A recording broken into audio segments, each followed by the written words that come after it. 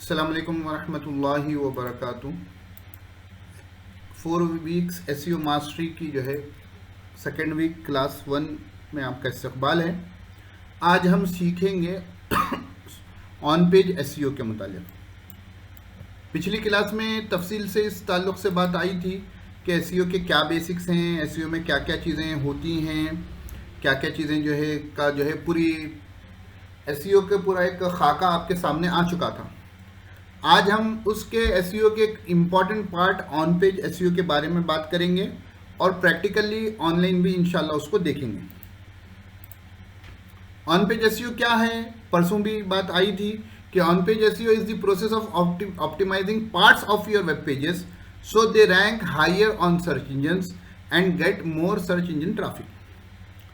कि अपनी वेबसाइट के पार्ट्स को, वेबसाइट के पोस्ट को, वेबसाइट के पेजेस को ऐसे ऑप्टिमाइज करना कि वो जो है गूगल पर या कोई दूसरे सर्च इंजन पर हायर रैंक हो और हमारी वेबसाइट को ट्रैफिक ज़्यादा आए।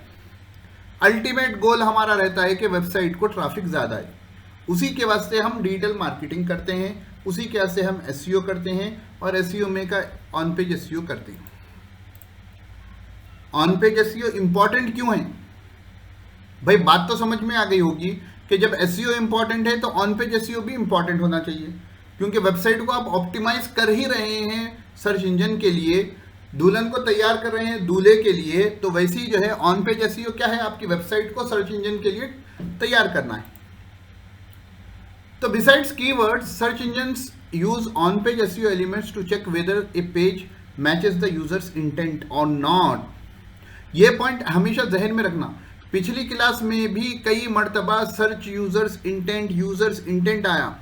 हम जब एसईओ करते हैं तो आम तौर पर पब्लिक की प्रॉब्लम ये होती है कि वो एसईओ को पूरा सोचते हैं कि सर्च इंजन को ये चाहिए, मुझको कीवर्ड लगाना है, मुझे ये करना है, मुझे वो करना है, मुझे इमेज अच्छी डालनी है, मुझे ये करना है, आल टेक्स्ट, पूरे चीज़ें सोचते हैं, यूज़र की इंटेंट नहीं सोचते। तो सबसे इंपॉर्टेंट पॉइंट ये है कि पीपुल्स फर्स्ट। आप जब कंटेंट लिखेंगे तो आप इंसानों के लिए लिखेंगे, सर्च इंजन के लिए नहीं लिखेंगे। जब आपका कंटेंट इंसानों के लिए तैयार हो जाए तो उसके बाद आप उसको थोड़ा संवारेंगे सर्च इंजन के हिसाब से। कैसे संवारेंगे वो बातें आज आएगी इंशाल्लाह। तो बिसाइड्स कीवर्ड रिसर्च अभी आज थोड़ा बताऊंगा और नेक्स्ट वीक जो है तकरीबन जो है नेक्स्ट क्लास में तकरीबन वही टॉपिक चलेगा। तो besides keyword research, search engines use on-page SEO elements to check whether a page matches the user's intent or not. तो on-page elements भी जो है सर्च इंजन के लिए इंपॉर्टेंट है। तो सीधी जबान में कहा जाए तो on-page SEO is the ranking factor of Google और अदर सर्च इंजन ऑल्सो। क्योंकि बात इसलिए होती है कि 80 to 90% जो है सर्च इंजन जो यूज हो रहा है आजकल वो गूगल है, इसलिए normally search engine is nothing but Google is nothing but search engine, ऐसा चलता है। Google recommends we focus on the user's intent first. Google हमसे ये चाहता है कि हम पहले यूजर की प्रॉब्लम को सॉल्व करें। उसने गूगल पर आकर जो सर्च किया है उसका जवाब दें। देखो भाई, अगर आपने मेरे वो 1 घंटे का एसईओ का वीडियो देखा होगा जो यूट्यूब के चैनल पर है, तो उसमें मैंने एक बात बताई थी। उसमें यह बात थी कि सर्च इंजन जो काम करते हैं तो एक तो क्वालिटी होना रहता है, एक होता है रेलिवेंसी होना रहता है। सर्च इंजन जो भी तरक्की करता है वो किस लिए तरक्की करता है कि एक तो क्वालिटी चीज़ देता है वो, और जो है वो रेलिवेंट देता है। तो रेलिवेंसी कब आएगी कि मैंने गूगल पर सर्च किया कि चाइनीज़ रेस्टोरेंट नियर मी, तो वो उन रेस्टोरेंट्स का पता दे रहा है जिसमें बिरयानी मिल रही है, जिसमें जो है शीख कबाब मिल रहे हैं, जिसमें जो है नहारी पाए मिल रहे हैं, हैदराबादी डिशेस मिल रहे हैं। तो क्या वो यूज़र के सर्च इंटेंट के मुताबिक होगा? यूज़र को क्या चाहिए? फास्ट फूड चाहिए। यूज़र को क्या चाहिए? चाइनीज़ रेस्टोरेंट चाहिए। और आप प्रोवाइड क्या कर रहे हैं रिजल्ट में? ऐसे रेस्टोरेंट्स जो चाय अच्छी दे रहे हैं, बिरयानी अच्छी दे रहे हैं। तो ये रेलिवेंट रिजल्ट नहीं होगा। जब कोई सर्च इंजन रेलिवेंट रिजल्ट नहीं देगा तो अगली वक्त आप उस सर्च इंजन को इस्तेमाल नहीं करेंगे। करेंगे क्या? नहीं करेंगे।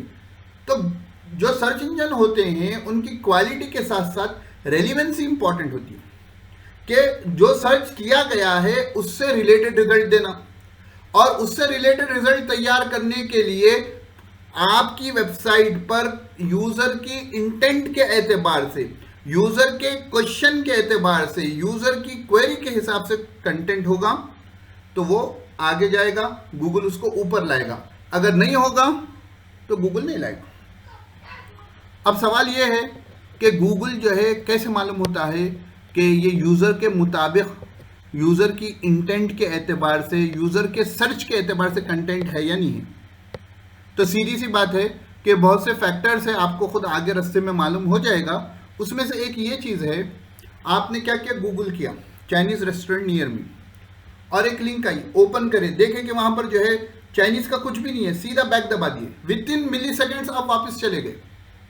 आप भी वापस चले गए, मैं भी वापस चले गया, ऐसे ढेर सारे लोग वापस चले गए। तो गूगल को बात समझ में आती है कि चाइनीज़ रेस्टोरेंट पे ये जो वेबसाइट बता रही है उसके पास चाइनीज़ रेस्टोरेंट के आइटम्स नहीं है। तो अगली वक्त कोई चाइनीज़ ढूंढेगा तो मैं इसको नहीं बताऊंगा, ये मेरी नाक काट रही है, मेरी जो है इमेज खराब कर रही है, इसलिए वो उसको पीछे ढकल देगा। बात समझ में आई? आप कितना भी अपने कंटेंट में चाइनीज़ रेस्टोरेंट इस्तेमाल कर लें, लेकिन वो बाउंस रेट होता है कि पब्लिक आते ही वापस चली गई, तो गूगल को मालूम हो जाता कि भाई यहाँ पर का जो कंटेंट है वो यूज़र फ्रेंडली नहीं है। तो इसलिए आपको हमेशा यूज़र्स की प्रॉब्लम सॉल्व करनी है, यूज़र्स की क्वेरी का आंसर देना है, तो जब जाकर आपकी पेज वेबसाइट रैंक करेगी। Optimising content for on page SEO. On page SEO के लिए कंटेंट ऑप्टिमाइज करना कैसा करेंगे? पहली चीज पिछली क्लास में भी आई थी, ये कई मर्तबा आएगी, नहीं, हमको अपनी जिंदगी में लाना है। Create high quality optimise content. पहला काम तो ये है कि अच्छी क्वालिटी स्टैंडर्ड कंटेंट होना चाहिए, और वो सर्च इंजन के हिसाब से ऑप्टिमाइज भी होना चाहिए। दूसरी बात, start keyword research to find relevant topics. कि कीवर्ड रिसर्च को शुरू करना है रेलिवेंट टॉपिक्स मालूम करने के लिए। जी भाई, तो हम आ गए हैं, ये ahrefs.com टूल है, कीवर्ड जनरेटर का फ्री टूल है, यानी इसका तो बड़ा टूल है लेकिन ये फ्री के लिए जो है थोड़ा देता है। तो हम यहाँ पर आकर ढूंढे जो है एसईओ एक्सपर्ट। एसईओ एक्सपर्ट ढूंढकर जो है इंडिया लोकेशन सेलेक्ट करें और फाइंड कीवर्ड करें, यहाँ सिक्योरिटी चेक लगा दिए। तो उसके बाद जो है यहाँ बताएगा आपको कि फ्रेज मैच, जो हमने एसईओ एक्सपर्ट लिखा है वो फ्रेज के मैचिंग क्या है। सिर्फ एसईओ एक्सपर्ट की केडी कहते हैं कीवर्ड डिफिकल्टी, ये 62 है, यानी एक नई वेबसाइट को इस पर रैंक करना बहुत मुश्किल होता है। ये जो खाली 2 वर्ड के कीवर्ड्स होते हैं, 2 वर्ड के कीवर्ड्स होते हैं, उनको कहते हैं short tail keywords. Short tail keywords क्या होते हैं, उससे आपको यूजर की इंटेंट मालूम नहीं होती, इसलिए कभी भी टारगेट क्या करना, लॉन्ग टेल कीवर्ड्स को टारगेट करना। जैसे एसईओ एक्सपर्ट इन कोलकाता, यह है लॉन्ग टेल कीवर्ड, कि आप एक एरिया के एसईओ एक्सपर्ट को ढूंढना चाह रहे हैं, तो उससे क्या होगा, आपको सर्च इंटेंट मालूम हो जाएगी कि बंदा जो ढूंढना चाह रहा है यूएसए का नहीं ढूंढना चाह रहा है, हैदराबाद का नहीं ढूंढना चाह रहा है, वो चाह रहा है कोलकाता का। तो लॉन्ग टेल कीवर्ड पर को आप टारगेट करेंगे, ऑटोमेटिकली उसमें शॉर्ट टेल एसईओ एक्सपर्ट आ जाएगा, है ना भाई। तो automatically SEO expert in Delhi को आप टारगेट किए, एसईओ एक्सपर्ट ऑटोमेटिकली आ गया। तो आपको ये लॉन्ग टेल इस्तेमाल करने की वजह से आपको कंपटीशन कम मिलेगा। और दूसरी चीज इसमें ये जो बताता है वॉल्यूम, वॉल्यूम कहते हैं कि महीने में कितने सर्चेस होते हैं। तो एसईओ एक्सपर्ट इन कोलकाता के सर्चेस जो है 1900 होते हैं। देखिए ये जो टॉपिक है एसईओ हो सॉरी या डिजिटल मार्केटिंग हो, ये टॉपिक जो है आम आदमी तो नहीं ढूंढता ना, ये टॉपिक ढूंढता है जिसको उसको एसईओ कराना है। तो ऐसे टॉपिक पे अगरचे वॉल्यूम कम है, आपको वो बंदे मिलेंगे जो आपसे काम करवाना चाहते हैं, इसलिए इनकी वॉल्यूम कम होती है। लेकिन ये 1900 में से 900 बंदे तो आप कोई हायर करने के लिए ढूंढता है, हायर करने के लिए या उससे सीखने के लिए। तो ये हो गई, और ये अपडेटेड बोले तो इनका डेटाबेस कब अपडेट हुआ था।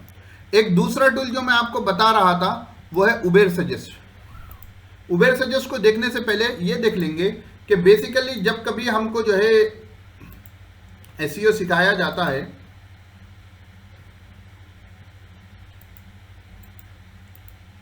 तो हमको ये कहा जाता है कि पहले हम जाएंगे एक, तो हमें ये बताया जाता है कि आप पहले गूगल पर चले जाएं, ठीक है। गूगल पर जाकर जो है आप जो भी ढूंढना चाह रहे हैं, आप ढूंढना चाह रहे हैं डिजिटल मार्केटिंग, ठीक है। तो जैसा आप डिजिटल मार्केटिंग लिखेंगे तो गूगल ऑटोमेटिकली आपके एरिया के हिसाब से कुछ सजेशन देगा। इसको कहते हैं गूगल ऑटो सजेस्ट। ये सजेशन क्या होते हैं? यूजर की इंटेंट मालूम करने के लिए आप क्या करते हैं, आप कोर्स ढूंढना चाह रहे थे तो कोर्स को क्लिक कर देंगे, तो क्लिक करेंगे, हम थोड़ा लिख कर देखेंगे, कोर्स लिख दिए। देखो कोर्स लिखने से पहले गूगल क्या सजेस्ट कर रहा था कि digital marketing course in Hyderabad, digital marketing meaning, jobs Hyderabad, services, interview questions. मैं क्या चाह रहा हूं? Digital marketing course. अब मैं जब कोर्स लिख दिया, मेरा आर्टिकल में लिखना चाह रहा हूं डिजिटल मार्केटिंग कोर्स के बारे में। जब मैं डिजिटल मार्केटिंग कोर्स लिख दिया तो ऑप्शंस चेंज हो गए। इन हैदराबाद, फीस, नियर मी। अगर मैं जो है इन हैदराबाद लिख दिया तो देखिए अब हैदराबाद के इलाकों के हिसाब से बात आ गई। तो ये होता है गूगल का ऑटो सजेस्ट। तो आप जी साहब जाकिर भाई कि आप जब डिजिटल मार्केटिंग सिर्फ लिखेंगे गूगल में तो वो आपको ऑप्शंस देगा, कोर्स इन हैदराबाद, जॉब्स। तो मैं कोर्स के बारे में आर्टिकल लिखना चाह रहा हूं तो मैं लिखूंगा कोर्स। नहीं, हम रिसर्च कर रहे हैं। अब कोर्स लिखने के बाद जो है, क्योंकि मैं हैदराबाद से सर्च कर रहा हूं तो यहां पर इन हैदराबाद आ गया, नियर मी आ गया, ऑनलाइन आ गया। मैं चाह रहा हूं ऑनलाइन कोर्स के बारे में लिखना, तो ऑनलाइन कोर्स के बारे में लिखूंगा तो देखिए ऑप्शन आ गए free with certificate, online India with placement. तो मैं लिखना चाह रहा हूँ, मैं शुरू में चले गया, फ्री लगा दिया, free digital marketing course online. तो उसके बाद गूगल डिजिटल मार्केटिंग कोर्स आ गया, विथ सर्टिफिकेट आ गया, विथ सर्टिफिकेट बाय गूगल आ गया। क्योंकि हैदराबाद की सिटी जो है पाकिस्तान में भी होती है, इन पाकिस्तान बोलकर आ गया। तो इस तरीके से ये आपके पूरे कीवर्ड्स होंगे। इनको आपको गूगल शीट में या आपको वो क्या रहता है हमारा एक्सेल शीट में इनको लिख लेना है। खाली ओरल तो मैं आपको बता रहा हूं, आपको उन सबको कॉपी करना है। आप जिस टॉपिक पर कंटेंट लिखने वाले हैं उस टॉपिक पर गूगल ऑटो सजेस्ट को कॉपी करना है। फिर उसके बाद जो है मैं स्क्रीन जो है उबेर सजेस्ट पे आता हूं। उबेर सजेस्ट पे आइए, ये नील पटेल का है, डेली के ये 3 फ्री सर्चेस देता है। उबेर सजेस्ट जो है डेली के 3 फ्री सर्चेस आपको देगा। तो क्योंकि ये पेड टूल्स होते हैं अक्सर इसके कीवर्ड रिसर्च के, फ्री टूल्स भी आपको मिलेंगे। तो उबेर सजेस्ट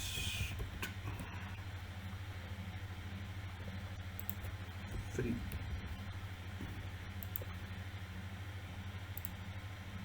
चलिए देखिए यहां पर आ जाइए, आपको क्या लिखना है वही हम डिजिटल मार्केटिंग लिखेंगे।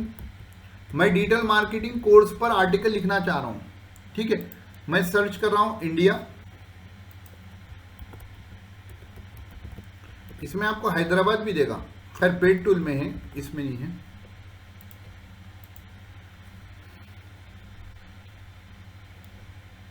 उबेर सजेस्ट दिख रहा ना जाकिर भाई? ठीक है, हाँ बराबर। अब यहां पर देखिए डिजिटल मार्केटिंग में तो ये कीवर्ड का ओवरव्यू ये लोड हो रहा है। डिजिटल मार्केटिंग ये कीवर्ड जो है इसकी सर्च वॉल्यूम बहुत ज्यादा है, 2,46,000 मरतबा ये वर्ड मंथली सर्च होता है। एसईओ डिफिकल्टी यानी अगर आप इस पर रैंक करना चाहें, गूगल के फर्स्ट पेज पर आना चाहिए, इम्पॉसिबल है। क्यों? 85 है, 100 के करीब है। ये paid difficulty, cost per click जो है ये एडवर्टाइजमेंट के लिए होता है। मैं चाह रहा हूं कि ये बंदा मुझे थोड़े आइडिया दे दे, तो पहले नीचे चले जाएंगे, कीवर्ड आइडियाज यहां पर मिल रहे हैं। देखो डिजिटल मार्केटिंग कोर्स वॉल्यूम है, खाली आप कोर्स के बारे में जानना चाह रहे हैं तो वॉल्यूम ट्रेंड, ये ट्रेंड बता रहा है कि 12 महीने में जो है ट्रेंड क्या चला है। वॉल्यूम बता रहा है कि मंथली 90,500 मरतबा ये वर्ड सर्च हो रहा है। कॉस्ट पर क्लिक, अगर आप गूगल पर इस वर्ड पर ऐड करना चाह रहे हैं तो एक क्लिक के आपको 132 रुपीज़ खर्च करने पड़ेंगे एवरेज। पेड डिफिकल्टी 73 है, कंपटीशन बहुत ज़्यादा है, आप कंपटीशन करेंगे तो आपको मुश्किल हो जाएगी। एसईओ डिफिकल्टी 54 है, ये भी रैंक करने के वास्ते मुश्किल है। अब जब आप ये बटन दबाएंगे एरो, तो ये लोड हो रहा है, अच्छा टूल है। तो जब आप वो एरो बटन दबाएंगे तो इस पे टॉप पेजेस बता रहा है, उडेमी है, learn digital dot with Google है, सिंपली लर्न है, इंटेलीपार्ट है, ये टॉप पेजेस हैं। देखिए उडेमी को जो है मंथली 26,000 व्यूज आ रहे हैं, लेकिन इसकी डोमेन अथॉरिटी देखिए, ये इंपॉर्टेंट होता है, डोमेन अथॉरिटी कि इस पे लोगों को कितना भरोसा है, सर्च इंजन को कितना भरोसा है कि इस टॉपिक पर ये डोमेन कितना एडवांस है। तो डोमेन अथॉरिटी थोड़ा यहाँ होवर कर लें, यहाँ बता देगा is a search engine ranking score by Moz that predicts how likely a website is to rank on search engine result pages. A domain authority scores from 1 to 100 with higher scores corresponding to a greater ability to rank. तो इसके बहुत से factors होते हैं जिसकी वजह से इसको देखा जाता है, वो उसको हम आगे देखेंगे। यहाँ पर सोशल शेयर्स भी बता रहा है कि इसके इस पेज को तकरीबन 10,000 मरतबा शेयर किया गया। तो इस पे हमको रैंक करना, अगर मैं इस पे आर्टिकल लिखना चाहूँ तो मुझे इस पर रैंक करने को मुश्किल हो जाएगा, क्योंकि डोमेन अथॉरिटी बहुत ज़्यादा है। उसके अलावा जो है देखिए टाइप्स है, अगर आर्टिकल टाइप्स के बारे में है, ऑनलाइन कोर्स है 69 है, इस पे भी जो है ये सब चीज़ें मुश्किल हैं। तो ये तमाम चीज़ें हैं, हम कीवर्ड रिसर्च पे इन डिटेल में देखेंगे। अभी ऑन पेज एसईओ को हम कंटिन्यू करते हैं। तो ये कीवर्ड रिसर्च है, इससे आपको आइडिया हो जाता है। ये टॉपिक इतना वास्ट है, आप जितना कीवर्ड रिसर्च करेंगे उतना आपका जहन खुलते जाएगा। ठीक है, तो मैं अभी अपने स्लाइड्स पर आता हूँ। चलिए भाई, तो ये तो था कीवर्ड रिसर्च के बारे में एक छोटा सा डेमो।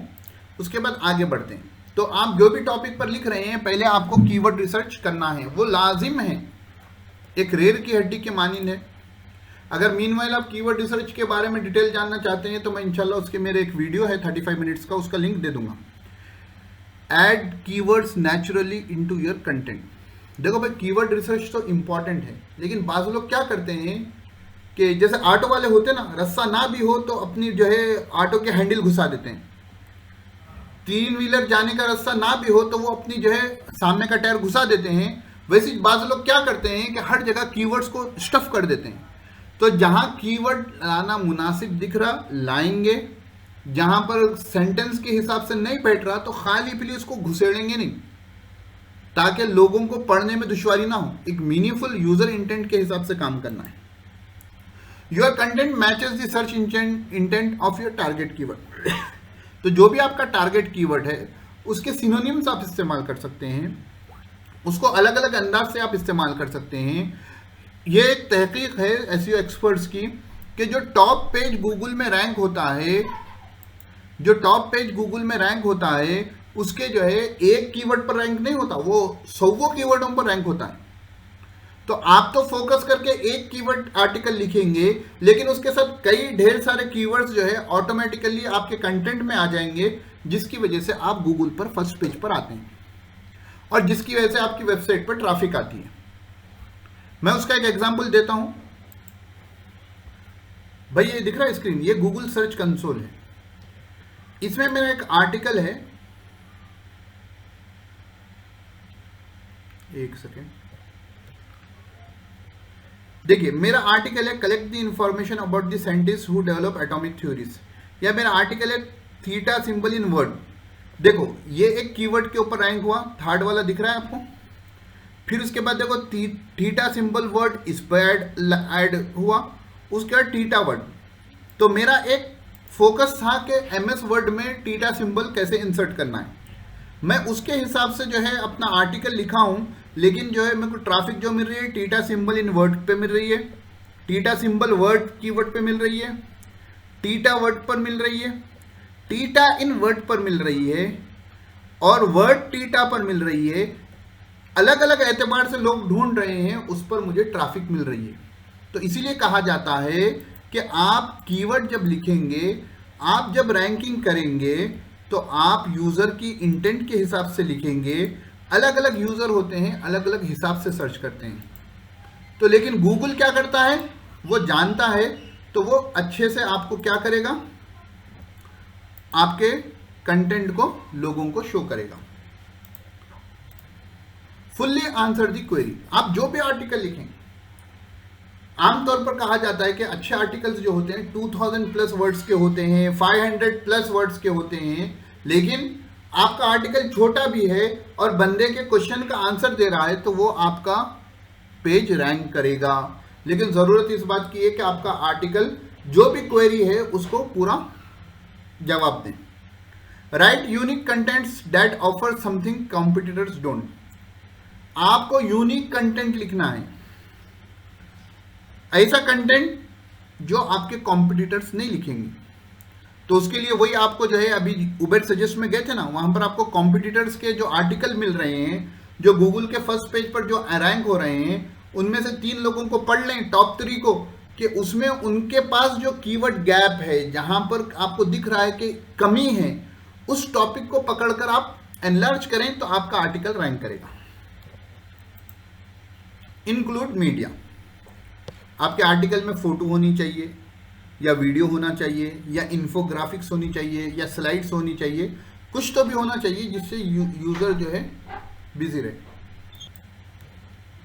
तो optimising content for on page SEO में ये टॉपिक आ गया।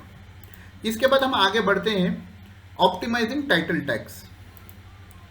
जो भी आपका टाइटल टैग होता है, तो नॉर्मली टाइटल टैग्स किसको कहते हैं, एक HTML कोड होता है जो आपका टाइटल बताता है ना, मेन हेडिंग जिसको बोलते हैं, या आपके टैब के बाजू जो है, अभी बताऊंगा मैं टाइटल टैग के बारे में भी।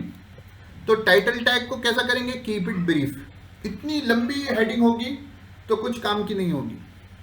क्यों, गूगल क्या करता है, ट्रंकेट कर देता है, बड़ी हेडिंग से काट देगा आखिरी में, तो आखिरी की हेडिंग मिलेगी नहीं। कीप इट ब्रीफ, छोटी रखें, 50 to 60 वर्ड्स की हेडिंग होनी चाहिए, यानी वही title. Include the target keyword, अदब से एहतराम से आपका कीवर्ड अगर उसमें ऐड हो सकता है तो ऐड करें, अगर नहीं हो सकता है तो ऑटो वालों का काम ना करें कि खाली जगह में जो है अपने सामने का टायर अटकाने का।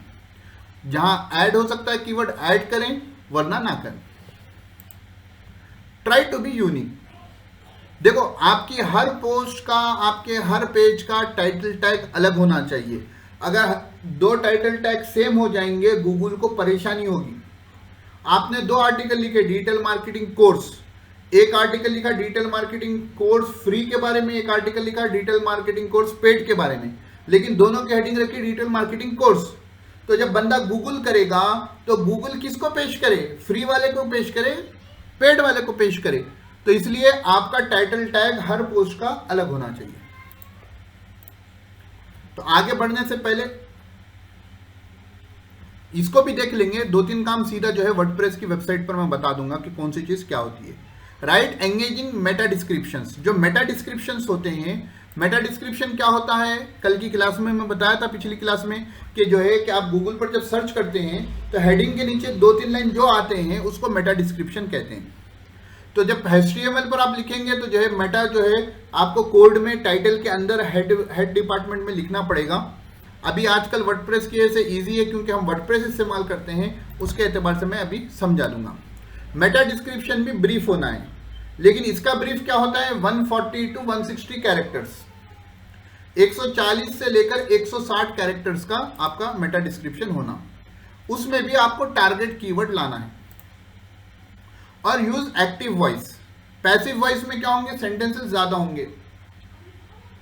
पैसिव वॉइस में क्या होंगे आपका, वर्ड्स ज्यादा होंगे, तो एक्टिव वॉइस करेंगे तो आपका छोटा होगा। इसी तरह जो है आपके कंटेंट में भी ज्यादा कोशिश करें कि एक्टिव वॉइस लिखने की, पैसिव वॉइस लिखना थोड़ा कम इस्तेमाल करें। उसके बाद क्या है कि आपके कंटेंट में टाइटल आ गया, वो H1 का होता है। उसके बाद हेडिंग्स और सब हेडिंग्स आपको इस्तेमाल करने हैं। हेडिंग्स और सब हेडिंग्स आपको मालूम है पहले ज़माने में उतने इस्तेमाल नहीं होते थे, लोग बड़े बड़े पैराग्राफ्स पढ़ते थे। आजकल का स्पैन छोटा हो गया, तो 2-2 लाइन के 3-3 लाइन का पैराग्राफ होगा, इंसान आसानी से पढ़ लेगा।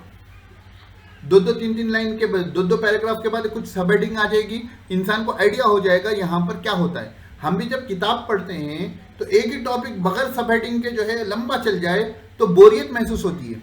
उसी तरह यहां पर भी होगा कि आपके यूजर को जो है इतना पहाड़ सामने नजर ना आए, बल्कि छोटे छोटे टुकड़े नजर आए, ताकि वो सुकून से पढ़ सके।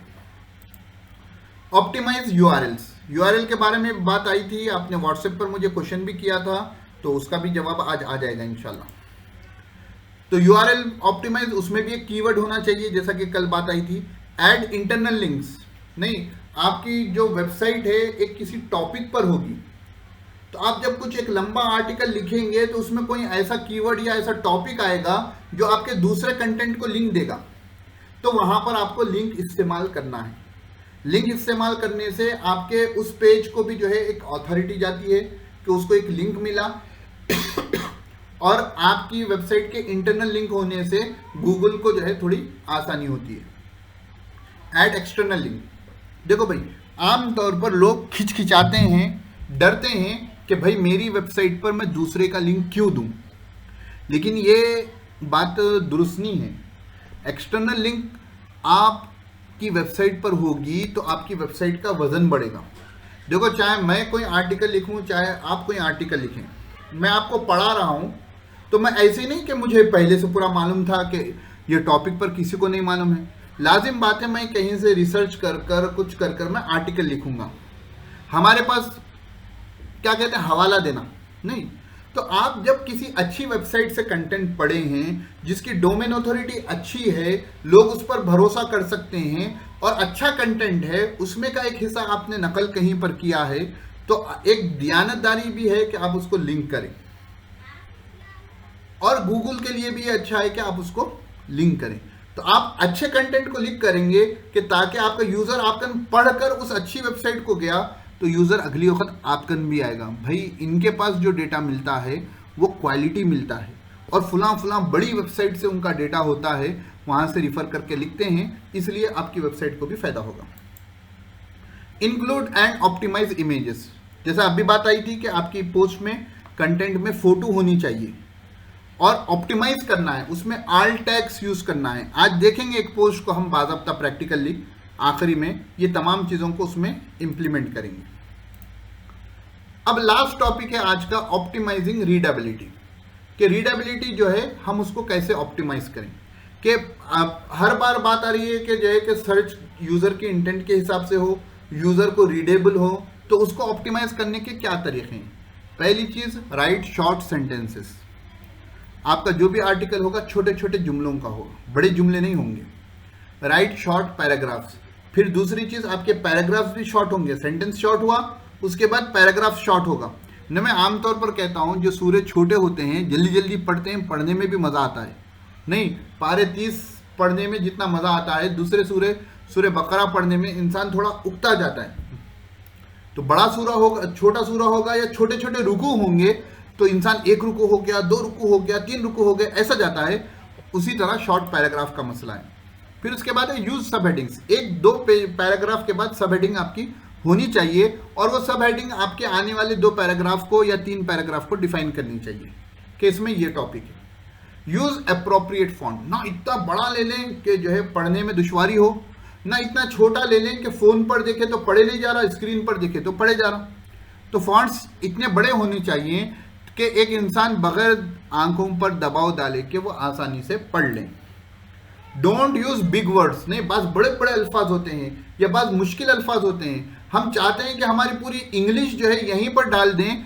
आपको हार्ड वर्ड्स स्कूल में कॉलेज में इस्तेमाल करेंगे तो इंग्लिश के टीचर मार्क्स देंगे, यहाँ पर ऑनलाइन इस्तेमाल करेंगे तो आपके वो वर्ड समझ में नहीं आएगा, तो इंसान उगता जाता है, चले जाता है पीछे।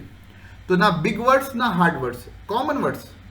एक आम इंसान को आप समझा रहे हैं, एक बड़े पढ़े लिखे को नहीं समझा रहे।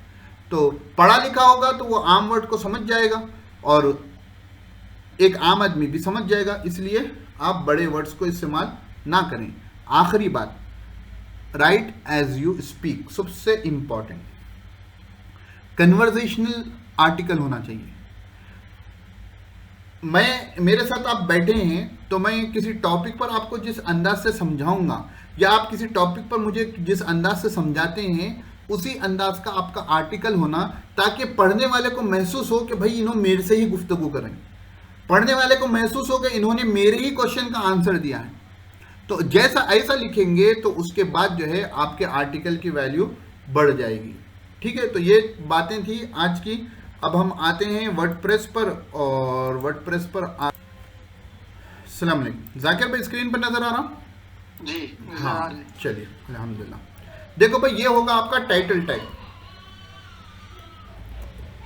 ठीक है, टाइटल टैग या हाँ भाई, तो ये आपका हो गया टाइटल टैग। और अगर मैं इसको बंद कर दूं तो ये आपका पोस्ट का एरिया था पूरा। अब यहां पर आप जो है अपनी जो भी पोस्ट होगी आप, आवाज नहीं आ रही। बिल्कुल नहीं आ रही। हाँ बराबर, हाँ भाई एक सेकेंड।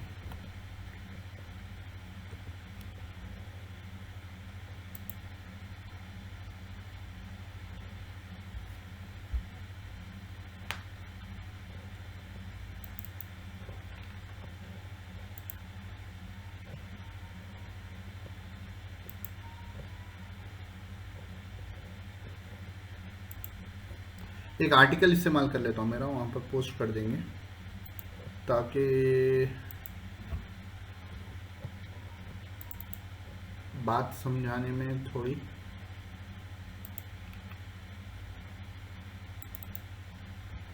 मदद मिले।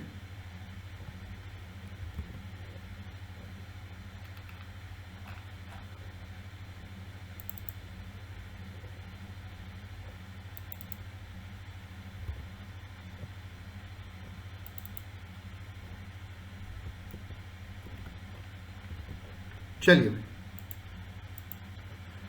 हाँ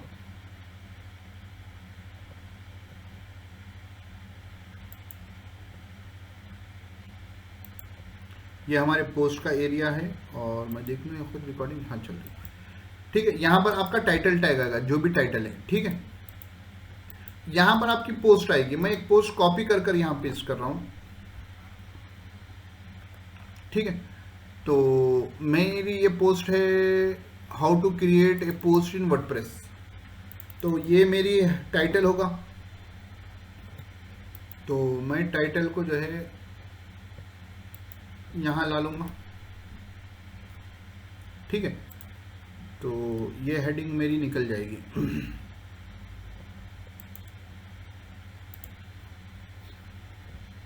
ठीक है, ये तो खैर ग्रामरली की तरफ से मुझे ये मिस्टेक्स बताई जा रही हैं।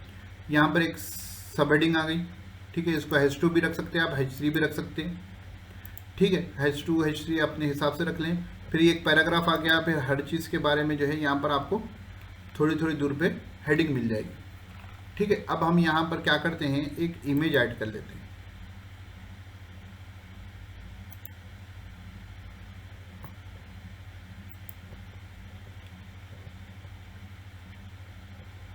कंटेंट में एक इमेज ऐड कर लेते हैं।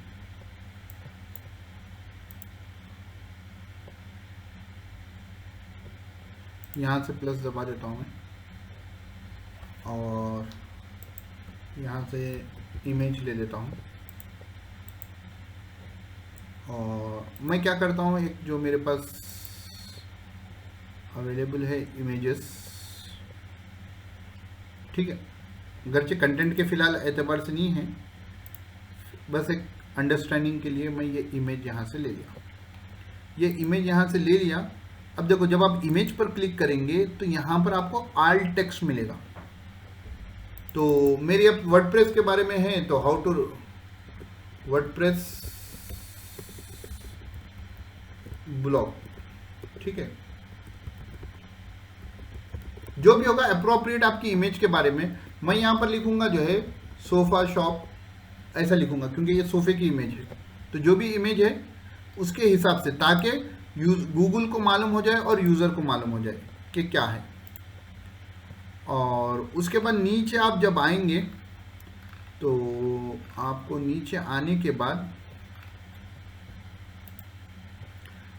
एसईओ की एक प्लगइन होती है, योस्ट, YOAST। यहाँ पर आपको नाम दिख रहा है, योस्ट एसईओ। वो आपको बता देती है आपकी एसईओ का रैंक कितना है। रेड बोले तो डेंजर, रीडेबिलिटी हाँ भाई पढ़ने में आसान है। यहाँ देखो जाकिर भाई, यहाँ से आप लोग सीखेंगे कि यहाँ बताएगा कि क्या चीज़ में प्रॉब्लम चल रही है। पैसिव वॉइस बस बराबर है, ग्रीन कलर बोले तो आपने अच्छा काम किया, कंसिडरेटिव केसेस सब बराबर है।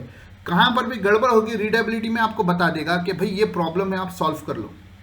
वहीं पर क्लिक कर देंगे तो आइडिया भी दे देगा वो।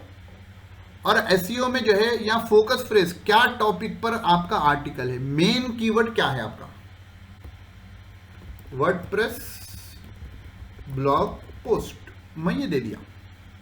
देखो पीला हो गया, यानी रेड बोले तो डेंजर था, पीला बोले तो चलो चलेगा। अब यहां पर आइए, स्लग आप पूछे थे ना, आपके डोमेन नेम के बाद जो आप देना चाह रहे हैं उसको स्लग कहेंगे। How to write a WordPress blog post, ये ले लेगा। मेटा डिस्क्रिप्शन, मेटा डिस्क्रिप्शन 140 से 160 के बीच में रहना। तो this post describe step by step procedure on how to write a blog post in WordPress with screen shorts and video tutorial. देखो यहाँ नीचे वाला येलो था, अब ग्रीन हो गया।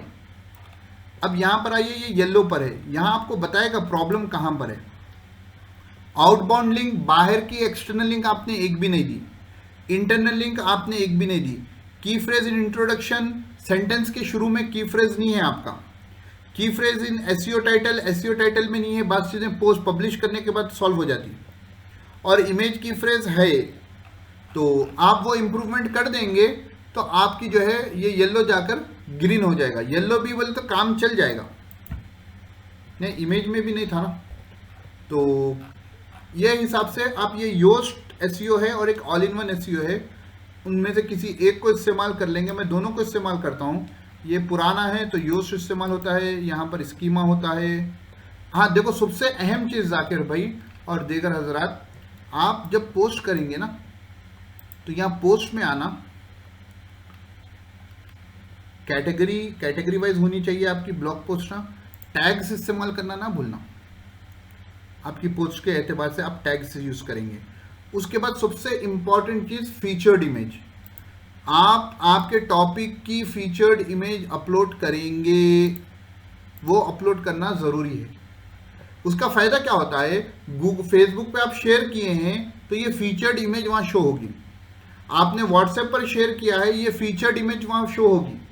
और अगर इमेज शो हो जाए तो इमेज ये ऐसी होना है जो आपके कंटेंट को बताती हो। तो इमेज को देखकर, जैसे यूट्यूब पर भी जो है थंबनेल को देखकर काम होता है, उसी तरह यहां पर फीचर्ड इमेज होती है। फीचर्ड इमेज और एक कहां काम में आती है बोले तो, आपकी जो है आप वेबसाइट पर जाएंगे bajraonline.com, यहां लिस्टिंग्स पे जाएंगे। यहां के ये जो फोटोज होंगे ना, जो आपके फोटोज होंगे, अभी तो लोड हो रहा है,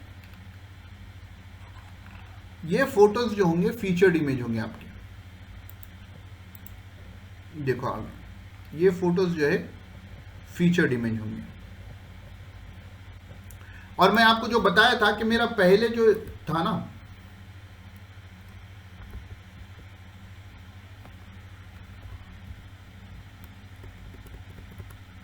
ये URL स्लग मेरा जो पुराना था, तो यहां पर जो है डोमेन नेम के बाद यहां पर डेट आती थी, डेट के बाद ये टॉपिक आता था।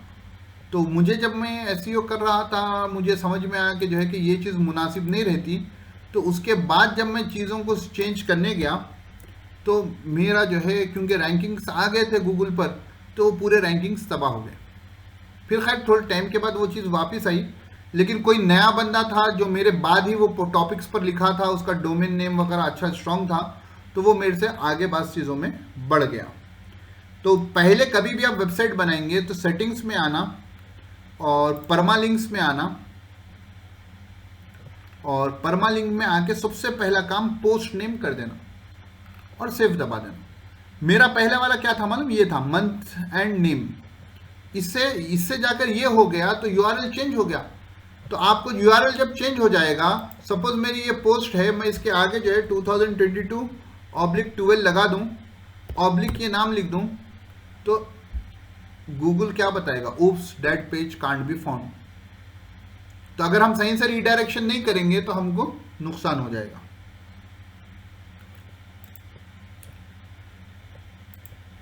चलिए, आपका सवाल है कि मंथली कैसा मालूम होता है। तो यहां पर ये जो वॉल्यूम होता है ना, तो ये लोग क्या करते हैं, an estimation of the average monthly number of searches for a keyword over the latest known 12 months of data.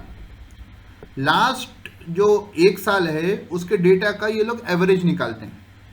Average निकालकर आपको वॉल्यूम बताते हैं।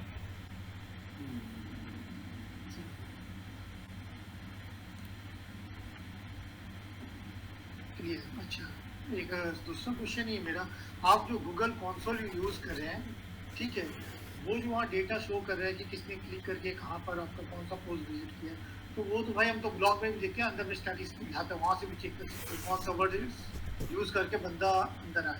नहीं, दो चीज़ें होती है। गूगल का जो है, एक चीज़ तो गूगल के बताता है वो, और दूसरी चीज़ जो है ब्लॉग में आप गालिबन क्या बोलते, क्या नाम है वो, प्लगइन एक यूज़ करते हैं। कौन से है प्लगइन?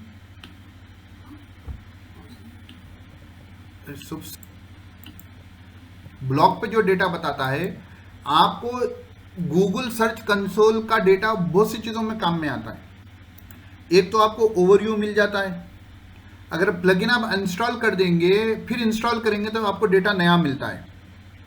और गूगल सर्च कंसोल में आपको गूगल के जो डिस्कवर पेज होता है, फ़ोन में बताता नहीं, आप गूगल का अगर ऐप ओपन करेंगे गूगल सर्च का तो डिस्कवर आता है, यानी ऑटोमेटिकली उसके भी यहाँ पर डेटा देगा। और यहाँ पर गूगल पर जो है आप यूआरएल, आप भी करे होंगे ये, यूआरएल इंस्पेक्ट के लिए डाल सकते हैं। और गूगल सर्च कंसोल की बहुत सी फजीलतें हैं जो आपको वेबसाइट पर प्लगइन में नहीं मिलती हैं। मैं जब गूगल सर्च कंसोल का बताऊंगा तो वो टाइम पर इसका एक ओवरव्यू दूंगा इंशाल्लाह। तो ये गूगल सर्च कंसोल इससे डिफर है गूगल एनालिटिक्स से? हाँ, अलग है। ये सब तो इसके लिए वो किस काम के लिए कराते हैं?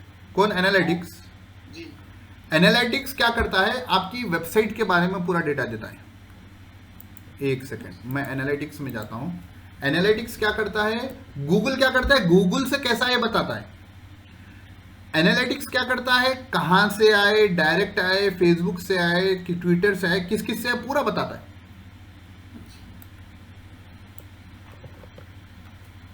अब तो पुराना नहीं रहा, नया अपडेट आ गया है।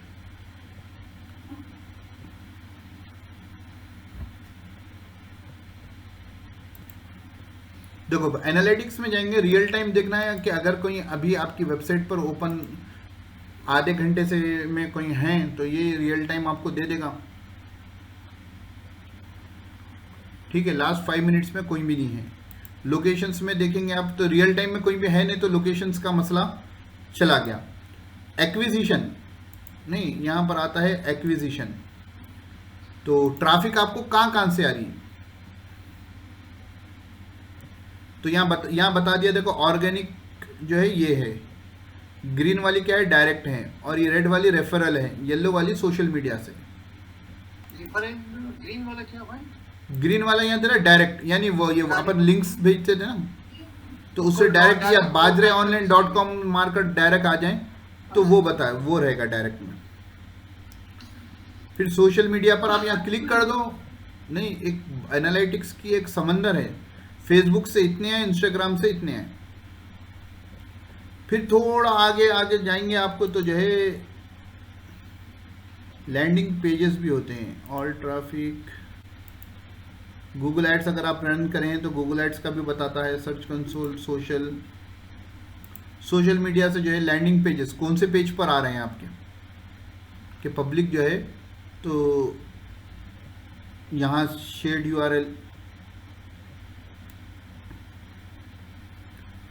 बेलाचिक बोल के है जो मैं लिस्टिंग किया था, तो उन लोगों का जो है वो दे रहा है कि कहाँ से कौन से पेज पे आ रहे हैं। तो ये अलग दुनिया है, ये पूरी आपकी वेबसाइट के बारे में इन्हें पूरी हिस्ट्री बताता है। और सर्च कंसोल क्या बताता है, गूगल से जो हो रहा है काम।